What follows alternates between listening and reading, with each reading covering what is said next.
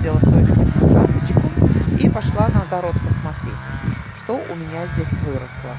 Так, соседи что-то делают, всегда шумно. Что у меня выросло? Зашел лук.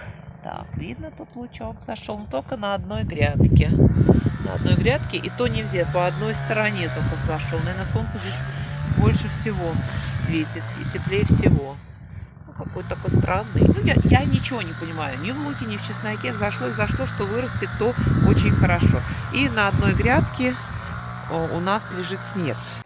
Я уже убрала снег с грядки, но на грядке еще лед. Поэтому разбросала немножечко снег. И, в принципе, будет теперь, пускай тает. Но здесь из-за забора солнца мало. Поэтому, конечно, долго будет таять. Но мне кажется, что здесь, на этой грядке, должен расти чеснок. Так, вот я разбросала снег. Ну, вот пришлось так это потрудиться, конечно.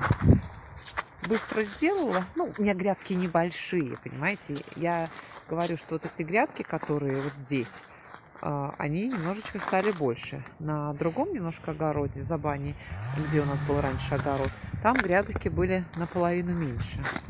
Я не люблю заниматься вот землей, грядки, это не для меня. Я люблю строить. Вот моя слива, я ее выкопала в парнике и принесла, посадила сюда. Хотим слив, а в принципе покупали, садили, что-то не растут. Но я походила, думаю, наверное, это ее место. Мне почему-то так захотелось посадить именно в этом месте сливу. Муж говорил, не надо, не надо. Но растет уже, сколько я ее посадила, наверное, 2 года назад. Растет. Пусть растет. Вот так вот. Так, мой рабочий инвентарь, грабли мои. Так. Муж сказал, иди ты лучше камин растопи, чем в грядках тут будешь сидеть. Так что пойду топить камин сейчас. Итак, пришла в комнату нашу, мы зал называем, и наш камин. Так, такой камин. В другой комнате у нас печка. Ну, сейчас буду его пробовать разжечь. Ну, как бы доверяют мне больше всего камин. Потому что печку я не особо умею разжигать, пару раз разжигала. А вот камин у меня получается лучше, чем даже у остальных. У мужа почему-то возникает всегда проблема. Так, сначала надо открыть. Здесь что-то открыть. Ну, муж, как всегда, сам что-то там... Ой! Ага, а я могу и не открыть ее. Да, пойду звать на помощь. Я напрягаться ни в коем случае не буду. Так, пришли мои помощники. Ага, ага, вот.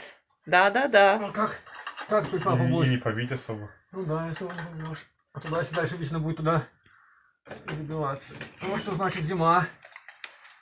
Не эксплуатируется. Большая проблема возникла. Не эксплуатируется. Хорошо, что я вспомнила, что надо открыть. А, ты еще понял, что надо открыть? Да, я проверила.